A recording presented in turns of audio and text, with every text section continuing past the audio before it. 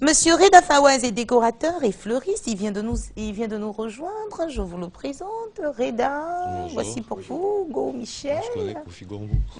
Il dit je connais Kofi Gombo. Il ne connaît pas Go, il connaît Kofi Gombo. Oui, bonjour Naomi. Bonjour Reda. Avec Reda aujourd'hui, on va essayer de bien choisir les cadres et les tableaux pour orner notre intérieur, n'est-ce pas? Exactement. Oui. Alors, quels sont les différents types de tableaux déjà qui existent pour orner l'intérieur? Alors, il y a plusieurs prototypes de tableaux. Donc, il y a les tableaux qu'on les appelle aujourd'hui les toiles contemporaines qu'on voit un peu partout, soit sur la route de Bassam, un peu partout. Ce sont des toiles, des artistes qui ont peint en fait ces tableaux, donc il n'y a pas de cadre.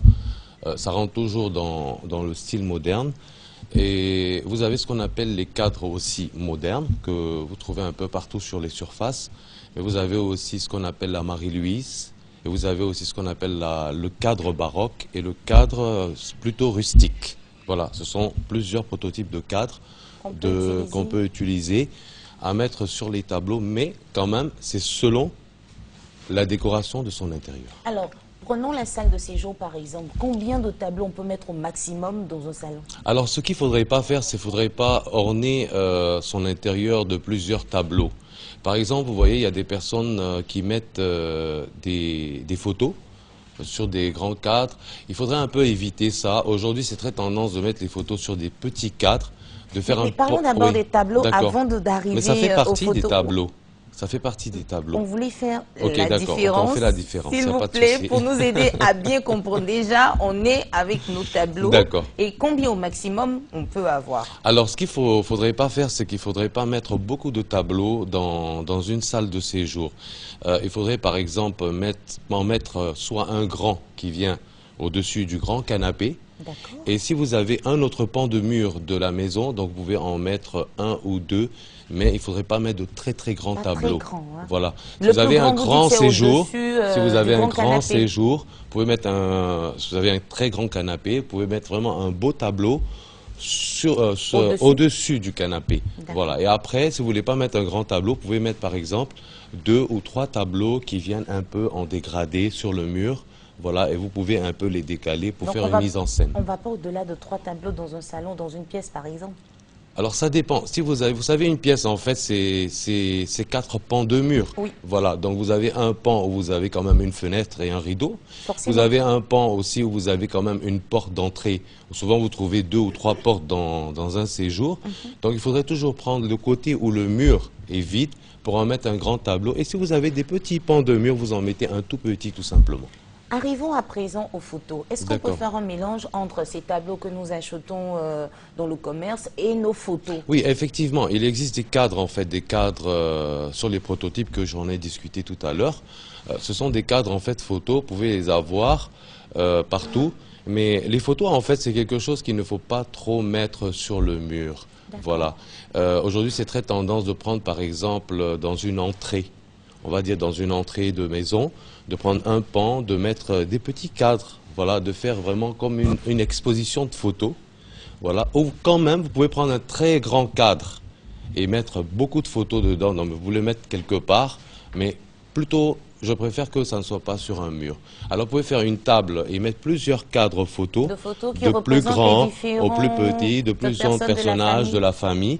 Voilà, et ça fait très décoratif dans une maison. C'est ce qu'il faut faire aujourd'hui. C'est ce qu'il faut faire aujourd'hui. D'accord, donc on peut avoir notre grand tableau, on peut l'acheter comme vous l'avez dit par exemple sur la route de Bassam.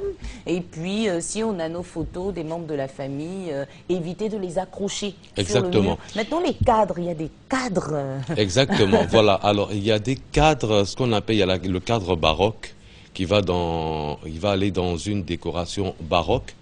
Quand on dit baroque, ça veut dire qu'il va dans le style un peu oriental. Aujourd'hui, vous avez la baroque tendance, donc ça passe. Vous choisissez le cadre. Il suffit seulement de demander dans les surfaces ces prototypes de tableaux. Parce que, par exemple, le rustique, en fait, c'est quelque chose, parce que ça, c'est un tableau, voilà, on va dire que ça, c'est un tableau rustique.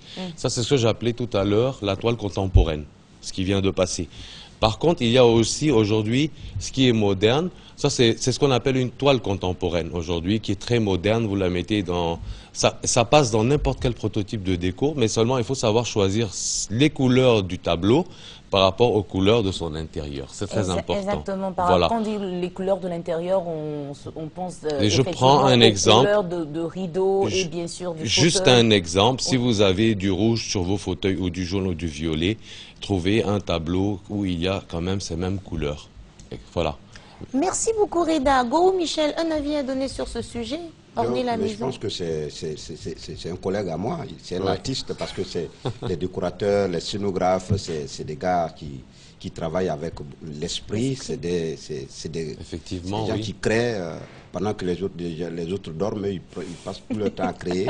Oui, on est dans notre monde, oui. Oui, c'est des génies, quoi. Donc franchement, Chez vous à la maison, il y a des tableaux, il y a des photos? Il y a un tableau que j'ai ramené de Comores. Okay. C'est le seul tableau qu'il y a dans le salon. Dans la chambre, choses dans la chambre, il n'y a pas de photo, il n'y a rien, il n'y a pas de tableau. Mais dans le salon, j'ai ce tableau-là, plus quelques photos. Comme il a dit, mais quelques photos, quand je dis quelques photos, c'est à l'africaine, hein, mais il y en a plusieurs. Mais à partir de ce qu'il vient de dire, je vais en diminuer et garder juste l'essentiel, quoi. Non, en fait, il ne faudrait pas en diminuer, mais vraiment, mettez-les dans un endroit où... Parce qu'en fait, la photo n'est pas un aspect décoratif d'intérieur, c'est juste un aspect intime, familial et amical, si on veut bien voir.